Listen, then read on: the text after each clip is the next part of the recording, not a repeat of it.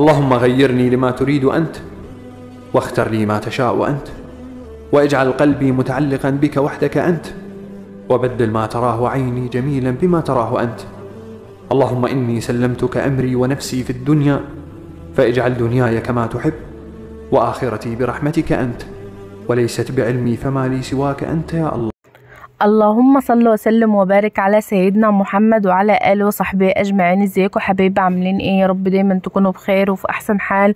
وطبعا اللي بيتابعني من داخل مصر ومن خارج مصر مشرفينه ومنورينه، وعلى دماغي واخواتي وعيلتي التانية. ربنا يا رب يخليكم ليا ويديمكم نعمة في حياتي طول العمر، ويبارك لي فيكم يا رب، اللهم امين. ودايما بكم كده نكبر كمان وكمان، ونكون كويسين ونكون في احسن حال، وكل رمضان وانتوا معايا وانا معاكم. طبعا النهاردة الفيديو بتاعي ده كان تاني يوم رمضان. يعني انا عارفة ان انا متأخرة في تنزيل الفيديوهات، بس والله غصب عني، يعني مسؤوليات واولاد وكده، والبيت بصراحة في مصالح كتير وبياخدني عنكم بصراحة، يعني الصراحة تتقال.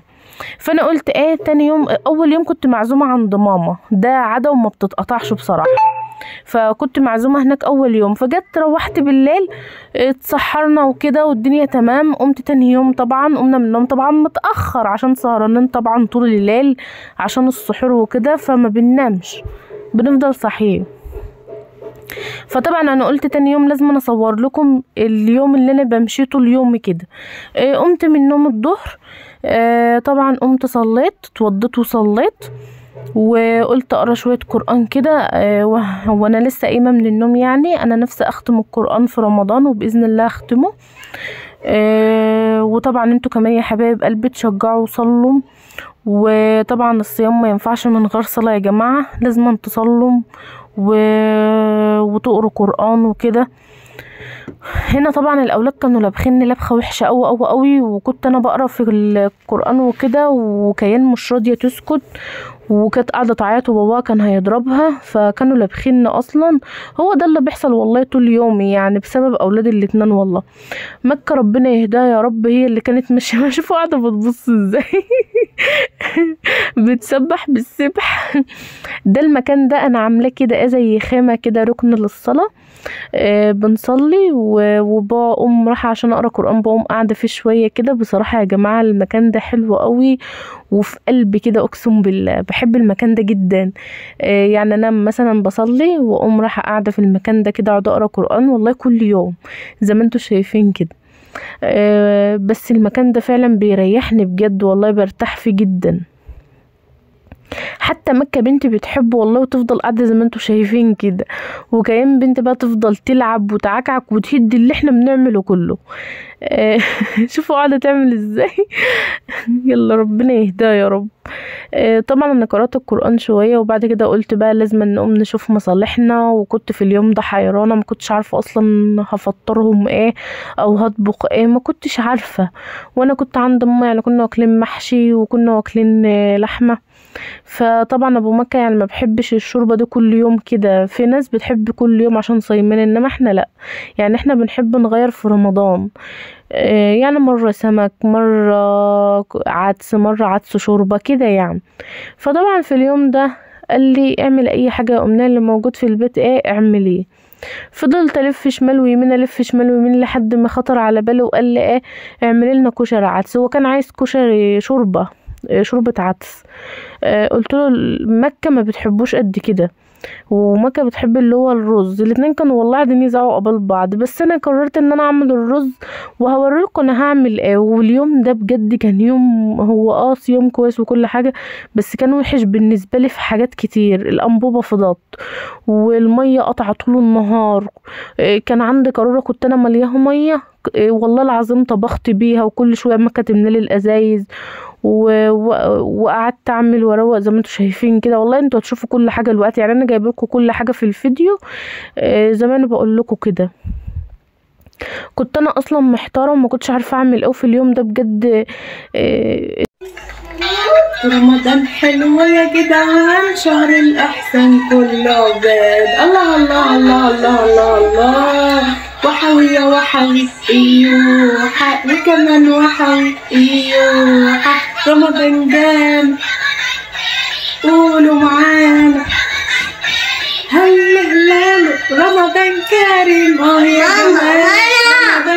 الفوانيس والعيوف رمضان كريم. اللهم صل وسلم وبارك على سيدنا محمد وعلى اله وصحبه اجمعين. ازيكم يا حبايبي، عاملين ايه؟ يا رب دايما تكونوا بخير وفي احسن حال. وطبعا اللي بيتابعنا من داخل مصر ومن خارج مصر مشرفينا ومنورينا على بلاد الخطوه وعيلة التانية. طبعا النهارده يا حبايبي تاني يوم من رمضان، كل سنه وانتم طيبين يا رب، ويعود عليكم الايام بخير ويكون شهر خير وبركه علينا جميعا يا رب اللهم امين. طبعا النهارده يا بنتي امنيه تعمل لي فطار ايه؟ بصراحه انا حيرانه عشان امبارح كنا واكلين محشي ولحمه، فقلت النهارده ايه هنقضيها ايه؟ اكله كشري كده ايه حلوه، يعني كشري ومعاه بطاطس وبيض مسلوق وبرنجان مقلي وسلطه، هنروق الدنيا يعني. يلا بينا نشوف هنعمل ايه، ويا رب فيديو يكون خفيف عليكم ويوم يكون خفيف عليكم يا حبايبي. بس متنسوش تحطوا لايك للقناه وتشتركوا في القناه وتفعلوا زر الجرس عشان يوصل لكم كل جديد يا حبايب قلبي. يلا بينا نشوف هنعمل ايه. طبعا يا حبايب قلبي سامحوني على صوت الاولاد مكة وكيان، لان بجد كانوا عاملين ازعاج جامد في الفيديو، فانا طبعا مرضتش ايه اخليلكوا الصوت الطبيعي زي ما انتوا شايفين كده. يعني انا حبيت اوريكم ايه حاجه بسيطه كده، يعني انا ممكن اصور لكم وما يكونش فيهم ممتاز صوت، يعني الصوت الطبيعي، بس الاولاد بقى بيضربوا بعض وبيصرخوا بالشكلهم وكده، فده اللي بيخليني معرفش ان انا اصور طبيعي كده من غير ما منتج الفيديو، فده بيبقى غصب عني والله. ربنا يا رب يهديهم يا رب ويبارك لي فيهم ويهديهم ويخليهم ويحفظهم يا رب. هنا طبعا كنت انا بعمل عصير المانجا، فكنت جايبه الكبه دي جديده، فقلت اجربها في العصير، فلقيتها ما شاء الله حلوه، يعني مش حلوه قوي بالنسبه ان هي كانت مخليه المانجا عامله كتل كده، فطبعا انا قلت اجربها بس انا ما عدتش اعمل فيها تاني يعني. النهارده كنت انا عامله في الشفشق بتاع الخلاط، جايبه باذن الله في الفيديو اللي ينزل لكم ورا ده باذن الله.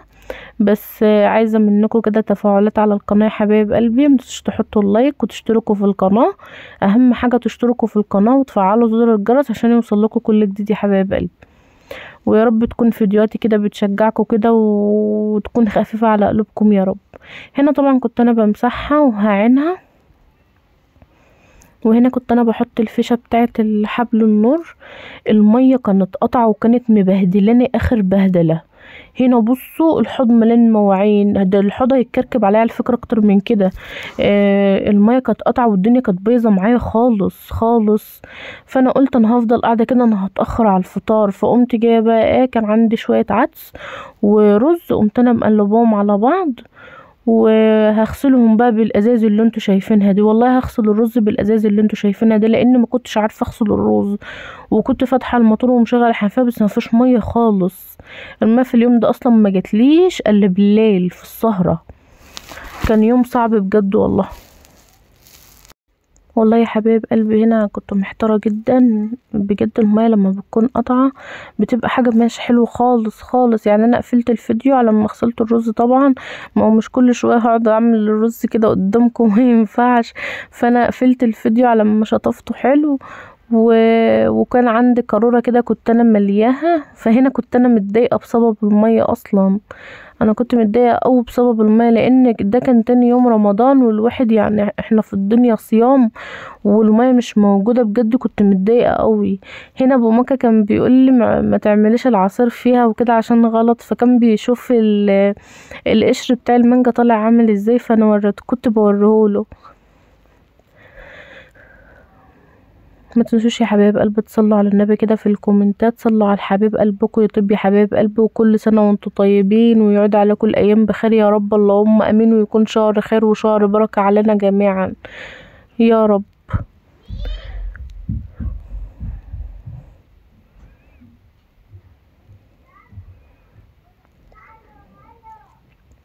هنا طبعا كنت انا بظبط الرز علشان اولع عليه زي ما انتوا شايفين. هنا بقى يا حبايبي كنت انا اصلا عقدت الرز وجهزته وقمت جايبه شويه زيت مع شويه شعريه، وقمت محمراهم على البوتاجاز كده، وبتقوم طشاهم على الرز بعدس، بيبقى طعمه خرافه.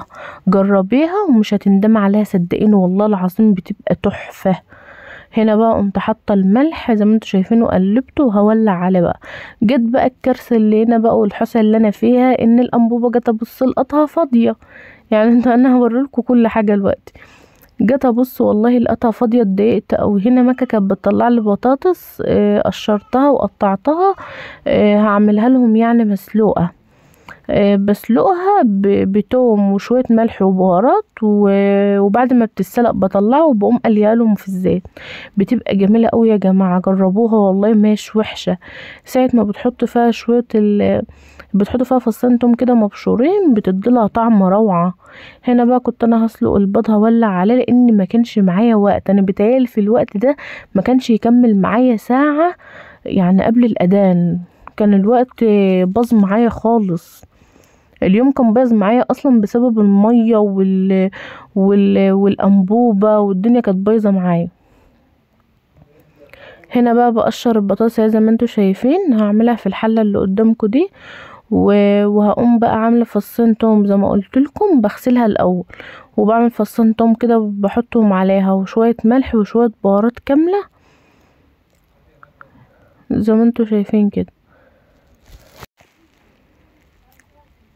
هنا بقى جهزتها اهي وغسلتها وظبطتها وحطيت لها ميه، وهحط لها فصين توم كده، عامله توم مبشور في الفرازل، هحط لها بقى حته كده، وبتحط لها بقى ملح وشويه بهارات كامله كده، وبتولع عليها وبتسيبها. هنا بقى الانبوبه عملتها معايا، فقمت جايبه جايبه الكتل وسخنته، حطيت فيه شويه ميه وسخنته، وقمت نازله بقى على الانبوبه. ما انا هعمل علشان اخلص بسرعه، والدنيا كانت بايظه عليها خالص، اصلا كنت انا متضايقه، الدنيا كانت بايظه معايا قوي. يعني الحمد لله ان هي عدت كده. انا كنت طبعا خايفه عشان ابو مكه ما يزعقش، وطبعا احنا صايمين وكده، فكنت خايفه قوي.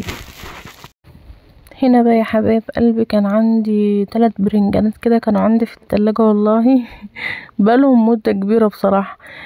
بس البرنجان ده كان ابو مكة جايبولي، كان وحش قوي. كانت البرنجانة شكلها حلو من بره، بس من جوه تيجي تفتحيها تتلاقيها وحشة قوي. ليه مش عارفة بقى، دي باين بتبقى حاجة وحشة من الارض نفسها.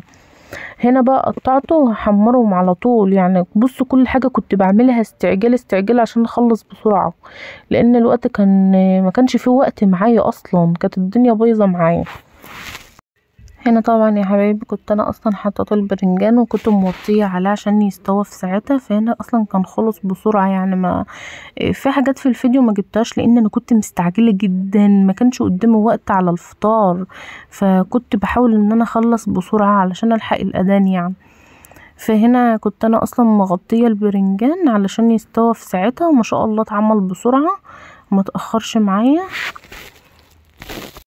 هنا بقى يا حبايبي كنت طلعت البرنجانتين، والله دول كانوا 2، التالتة طلعت بايظة شلتها. وهنا كان عندي دقة في التلاجة، رشت شوية دقة على السريع.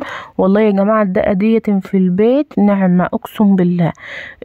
بصي بتنجزك، يعني انت مثلا لو متأخرة ومثلا منفيش معاكي وقت بتنفعك اوي في التلاجة. هنا بقى ما كانش عندي خيار اعمل سلطه، فقمت مقطعها لهم طماطميه طرنشات كده وخلاص، وحطيت لهم عليها دقه يعني كده وخلاص. عديت اليوم يعني، عملت باللي موجود في قلب البيت. وهنا طبعا الرز اهو ما شاء الله كان جميل، وكان مفلفل وكان تحفه. وعلى فكرة يا جماعة الشعرية بتبقى معاها حلوة قوي. هنا طبعا يا حبايبي دي كانت السفرة بتاعتنا تاني يوم رمضان. ايه رأيكم بقى في الجمال والقمر ده؟ بطاطس وطماطم وبيض مسلوق وزيتون ورز بعدس بشعرية، وكنت عامله لهم عصير مانجا، عامله لهم عصير مانجا زي ما انتوا شايفين. والفطرة هنا البلح موجود معانا. ايه رأيكم بقى في السفرة الجميلة القمر دي؟ متنسوش بقى تحطوا اللايك، تشتركوا في القناة، تفعلوا زر الجرس عشان يوصلكوا كل جديد. ويا رب اكون عند حسن ظنكم، ويا رب فيديوهاتي تكون بتعجبكم او بتفكوا باي حاجة يا حبايب قلبي، او بتبقى اقتراح عليكم ان انتوا مثلا تعملوا غدا ايه النهارده كده، يعني فطار ايه وكده. هنا طبعا كنت انا حطيت العصير زي ما انتوا شايفين، صبته في الكوبايات.